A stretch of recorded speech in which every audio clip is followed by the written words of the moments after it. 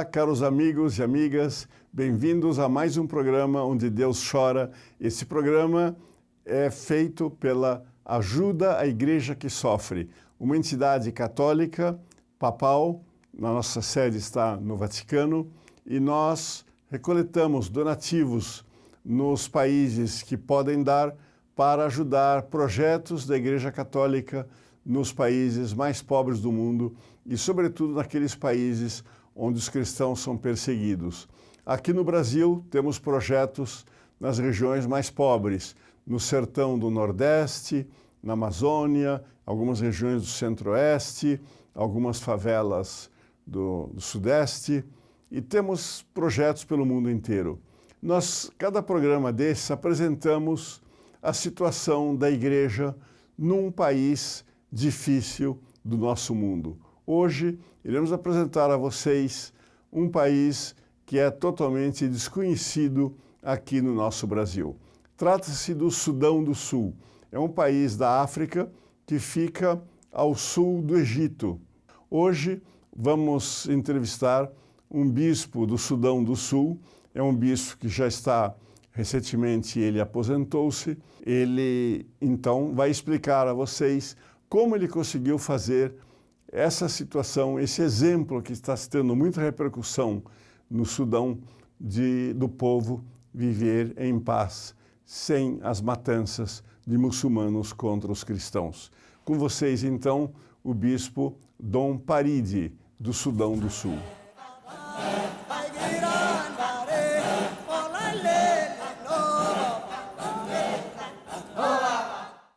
Olá, bem-vindos ao nosso programa Onde Deus Chora.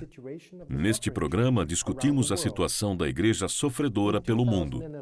Em 2011, o Sudão do Sul finalmente conseguiu proclamar a sua independência do Sudão. Isto foi considerado um símbolo do progresso da África. Foi considerado um passo similar ao da África do Sul quando venceu o apartheid. Porém, em 2013, a violência recomeçou. Os dois principais grupos étnicos do Sudão do Sul começaram a se enfrentar. São os Nuers e os Dinkas. Esta violência continua até hoje na forma de uma brutal guerra civil. Para nos falar sobre essa guerra civil no Sudão do Sul, bem como para nos explicar os seus esforços para conseguir a paz, convidamos o Dom Paride Taban, o bispo emérito da Diocese de Torit, no Sudão do Sul. Bem-vindo, Dom Paride. Muito obrigado por estar aqui em nosso programa.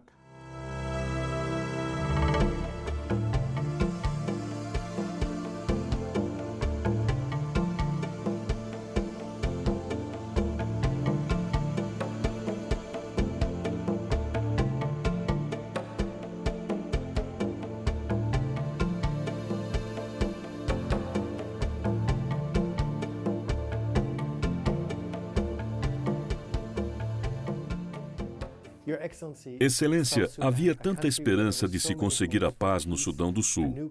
Era uma nova nação cheia de esperança e alegria.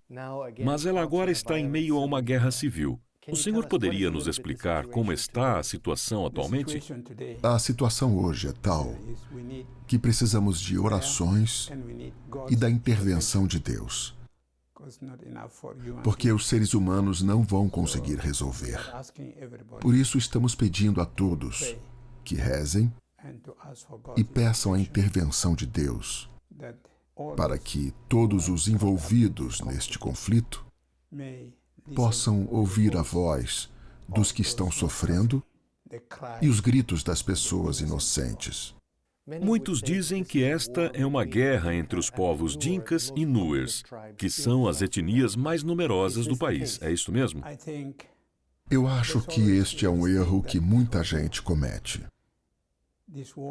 Esta guerra não é entre os povos Dinka e Nuer. Os Dinka e Nuer estão lutando porque eles são numerosos e porque eles têm líderes políticos. Fora isso, os próprios povos Dinka e Nuer estão desapontados com esta guerra. E seus filhos e esposas estão morrendo. Então, o motivo é político. Não é realmente entre Dinka e Nuer. O que mais lhe toca quando o senhor vai ao Sudão e vê toda aquela violência? Não lhe corta o coração ver o seu país de novo mergulhado nas trevas da violência? Eu penso que todos estes povos são como meus filhos, meus irmãos. Eu os amo muito. É como a amizade que Jesus tinha com Lázaro. Quando Lázaro morreu, Jesus chorou. Eu sinto a mesma coisa com o que está acontecendo. Quando você vê pessoas inocentes morrendo, eu me sinto sem forças. Só tenho vontade de chorar. Mas eu ainda acredito que Lázaro foi tirado da morte por Jesus. O Senhor está trabalhando para a ressurreição do seu povo. O Senhor iniciou uma fazenda da paz na região de Curon. O Senhor iniciou em 2005 como uma fazenda modelo, como um símbolo. Qual era a sua ideia ao iniciar esta fazenda em 2005? Esse país, esse povo, pela minha experiência, as pessoas sempre falam umas contra as outras. Minha ideia era de acabar com o tribalismo. Como Jesus disse, que todos sejam um, para que as pessoas vivam uns com os outros como irmãos e irmãs. Eu tive isso quando criança. Eu cresci em moinho de trigo erguido durante a época colonial pelos ingleses. Eles trouxeram famílias de todas as partes do Sudão. Os meus pais estavam entre estas famílias. Como eu cresci nesta vila, com gente de todo o país, eu não vivenciei o tribalismo. Nós nos amávamos uns aos outros. Mas quando eu deixei essa vila para fazer meus estudos fora, na cidade de Catirê, até meus próprios conterrâneos me chamavam de estrangeiro. Então, eu entendi que o regime de Khartoum usava isso para ter essa guerra por cerca de 23 anos, fazendo com que as pessoas lutassem umas contra as outras por meio das tribos. Assim que a paz chegou, o povo já estava cansado de tanta violência. Então desejei criar um pequeno oásis de paz, onde o povo pudesse ver a luz. E eu tinha visto um em Jerusalém, em Israel, a Nova Shalom. Então, eu criei algo assim, em uma área isolada. Essa área, essa vila pacífica, não havia sequer sido desenvolvida durante a época colonial. No Sudão do Sul existem atualmente cerca de 600 grupos tribais, falando algo como 400 línguas diferentes.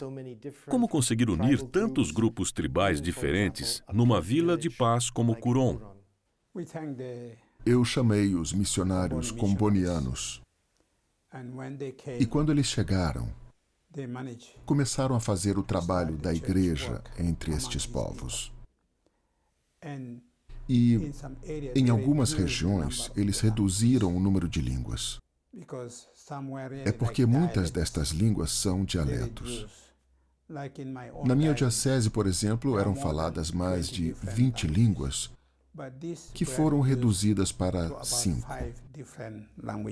E como as pessoas que vivem na sua vila de paz de Curon se comprometem a viver em paz? Como isso funciona? No momento são 100 famílias vivendo em comunidade. Mas nós ficamos rodeados por mais de 3.000 vilas que se instalaram em volta da vila propriamente dita. Eles vivem de criar gado, é como se tivesse criado um país novo. Em toda aquela vasta região próxima da fronteira com a Etiópia, o povo não tem nada. Não existem escolas, hospitais, clínicas, não tem nenhum serviço. Nada. O único hospital, clínica e escola de toda a região estão na nossa vila. As primeiras pequenas lojas da região surgiram em nossa vila. Eles nem conheciam uma loja, o comércio. Eles ignoravam muitas coisas, mas agora eles conhecem. Ali perto fizemos uma pista de pouso para aviões. Quando o primeiro avião pousou, eles nunca tinham visto um e pensavam que fosse algum tipo diferente de ônibus. Outra coisa que tivemos que mudar no pensamento deles é que não queriam que suas filhas fossem para a escola. Só os meninos podiam estudar? Sim, só os meninos e os maus meninos, pois os bons ficavam cuidando do gado. Nossa, era um desafio para vocês.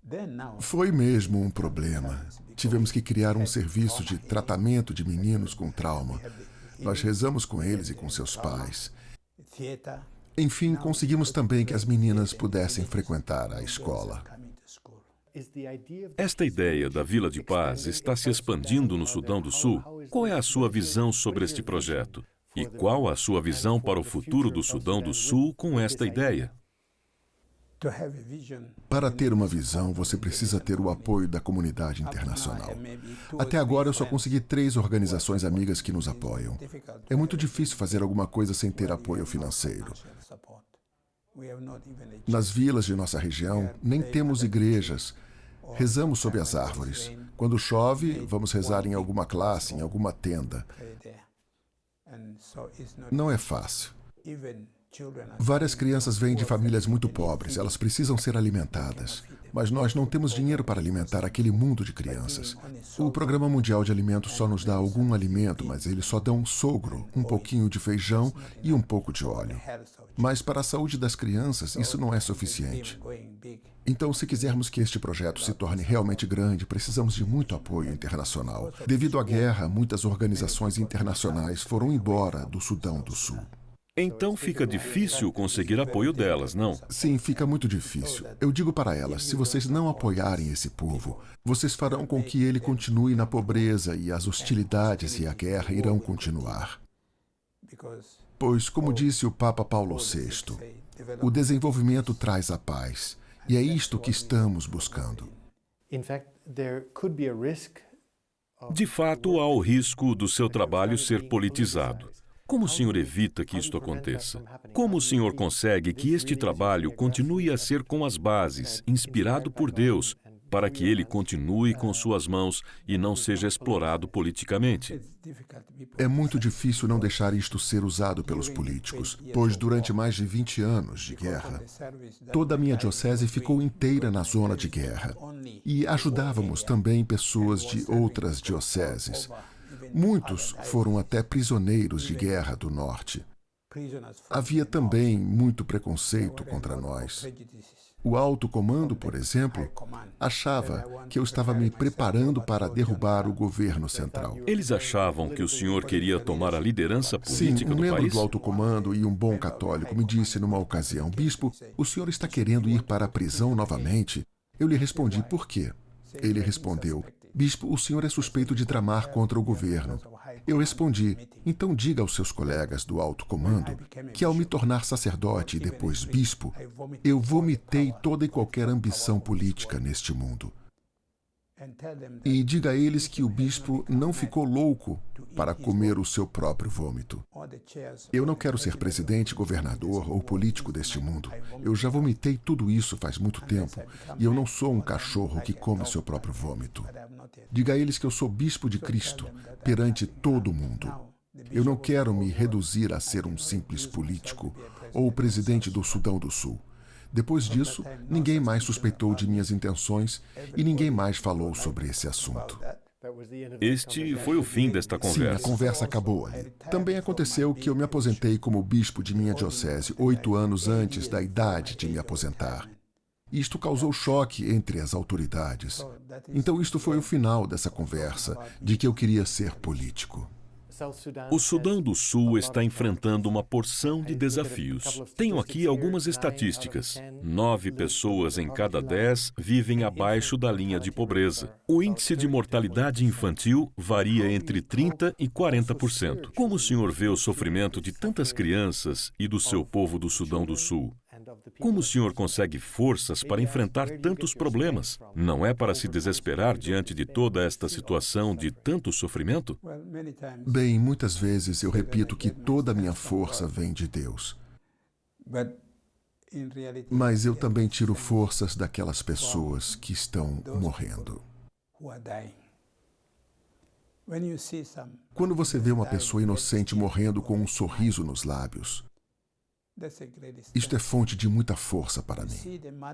Por exemplo, quando você visita uma mãe cujo filho está morrendo, quando a gente tem de enterrar muita gente morta por metralhadoras em fossas comuns, quando houve um comboio mortífero, quando morreu muita gente, eu parei um dos veículos e vi um monte de cadáveres. Comecei a chorar. Mas o povo dali veio me consolar, dizendo: Bispo, não chore. Nossa força vem do Senhor. Se o Senhor chorar, nós todos iremos morrer. Se o Senhor continuar a chorar, nós iremos nos desesperar. É nisto que reside a minha força para continuar. Mas este é um fardo terrível para se carregar. É um fardo porque eles precisam olhar para o Senhor e ver sua força. O Senhor não pode nem chorar. Este é um fardo tremendo porque o Senhor nem pode chorar vendo tanta desgraça. Eu também tiro forças de pensar em Cristo morrendo na cruz. A sua mãe estava lá. E Cristo disse para ela: mulher, aqui está seu filho. E virando-se para o apóstolo João, ele disse: filho, aí está a tua mãe. E ele continuou dizendo: pai, perdoai-lhes, pois eles não sabem o que fazem. Isso dá força. O apóstolo João nos apresenta Jesus crucificado. E os que o estavam crucificando recebem a mãe dele como sua mãe. Isto também me dá muita força. Quando eu fui feito prisioneiro na época da guerra com os muçulmanos, isto foi uma das coisas que me deu forças para continuar. Mãe, aqui está o teu filho. E filho, aqui está a tua mãe. Pai, perdoai-lhes, porque não sabem o que estão fazendo. Eu sabia disso através da minha própria mãe. Quando eu era bebê, estava mamando. Quando eu estava satisfeito, eu às vezes mordia o peito dela com meus dentinhos. Minha mãe sorria e não fazia nada. Então, quando alguém me faz uma maldade, eu olho para esta pessoa como a minha mãe me olhava, cheia de amor. Eu enterrei minha mãe, que morreu nos meus braços. Eu compreendi que ela morria nos braços de Jesus. Estas são algumas coisas que me dão força. Então, eu olho para Jesus e para os meus pais que me criaram desta maneira. Porém, naquela época, eles não eram cristãos ainda. É que minha mãe já tinha no coração o amor de mãe posto diretamente por Deus, mesmo antes dela ser batizada. Quando seus pais se tornaram cristãos? Eles se tornaram cristãos pouco antes da minha ordenação sacerdotal, então eles puderam receber a Eucaristia das minhas mãos. Os seus pais também puderam estar presentes na sua sagração como bispo? Só a minha mãe. Meu pai faleceu 1 ano antes. Qual é o papel e qual é a responsabilidade da igreja em seu papel de reunir e de buscar a reconciliação entre os vários povos de todo o país? A Igreja Católica não existe só no Sudão do Sul. A nossa igreja é universal. A nossa força como católicos reside em nossa união com gente de todo o mundo em torno da igreja. Então, de um certo modo, o Senhor está chamando todos os católicos do globo para que eles também atuem sobre os acontecimentos do Sudão do Sul. Certamente eles devem saber o que se passa lá com os fiéis e não devem se desesperar ou desistir do papel que a igreja precisa ter. Sem o apoio da igreja, nós não seremos tão fortes. E também acredito que temos algo a ensinar. Nós temos sido pastores do povo. Nós nunca abandonamos nossas ovelhas, mesmo quando elas estavam morrendo. E muitos dos nossos pastores foram mortos junto com suas ovelhas. Este é o papel que a igreja vem desempenhando no Sudão do Sul. Este é o meu apelo para a igreja em todo o mundo hoje. Então, só para ficar mais claro, o papel da igreja no Sudão do Sul tem sido o de permanecer com suas ovelhas até o final, mesmo que isto signifique o Sim, martírio. até o final. E o papel da igreja em todo o mundo é qual? É estar unida conosco, em solidariedade, não apenas, mas também compartilhando um pouquinho do que tem com os pobres como nós. Como poderemos ajudar? O Senhor mencionou antes que gostaria que uma igreja fosse construída na Vila de Paz. É difícil dizer. Jesus disse: peçam. O seu primeiro discípulo, antes que ele começasse a segui-lo, perguntou a Jesus: Senhor, onde o Senhor mora? Jesus respondeu: venha e veja. Então ele veio e viu, e ficou com Jesus. Então eu os convido a vir nos visitar. Venham e vejam. E quando vierem, vocês irão amar e não irão nos abandonar. Só o dinheiro não irá resolver todos os nossos problemas. Nós precisamos também da presença de vocês. Venham e chorem conosco, e riam conosco. Venham e vejam as necessidades. É disto que precisamos. Muito obrigado, Senhor Bispo, por ter estado conosco neste programa de hoje. Muito obrigado a vocês por terem nos aberto não uma janela, mas uma porta para os cristãos do Sudão do Sul. Muito obrigado, senhoras e senhores, por terem estado conosco hoje em nosso programa Onde Deus Chora. Se vocês quiserem saber mais sobre a situação dos católicos no Sudão do Sul, ou talvez saber como podem ajudar, por favor, vejam a informação que vai aparecer no final deste programa.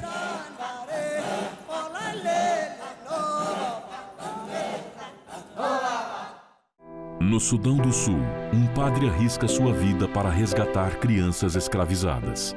No Oriente Médio, milhares de famílias cristãs, ameaçadas pelo terrorismo, encontram refúgio em abrigos criados pelos bispos. Na cidade de São Paulo, missionários passam a noite nas ruas procurando restaurar a dignidade daqueles que se perderam nos vícios. Tudo isso você pode ver mensalmente no Eco do Amor, o informativo gratuito da Fundação Pontifícia ACN. Ligue agora para 0800 77 099 27 ou acesse o site acn.org.br e peça para receber gratuitamente o seu Eco do Amor. Você vai conhecer os projetos apoiados pela ACN e fazer parte desse grandioso trabalho missionário presente em mais de 140 países.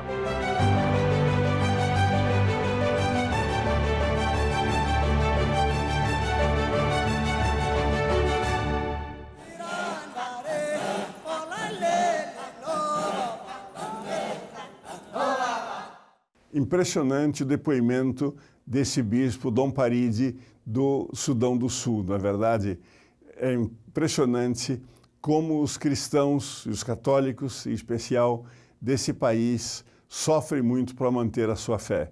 E o trabalho impressionante desse bispo criando essas vilas, essas aldeias de pessoas de várias etnias diferentes para viverem em paz, para viverem em conjunto. Nós da ACN temos vários projetos no Sudão do Sul para ajudar as dioceses e as congregações religiosas nesse país super pobre.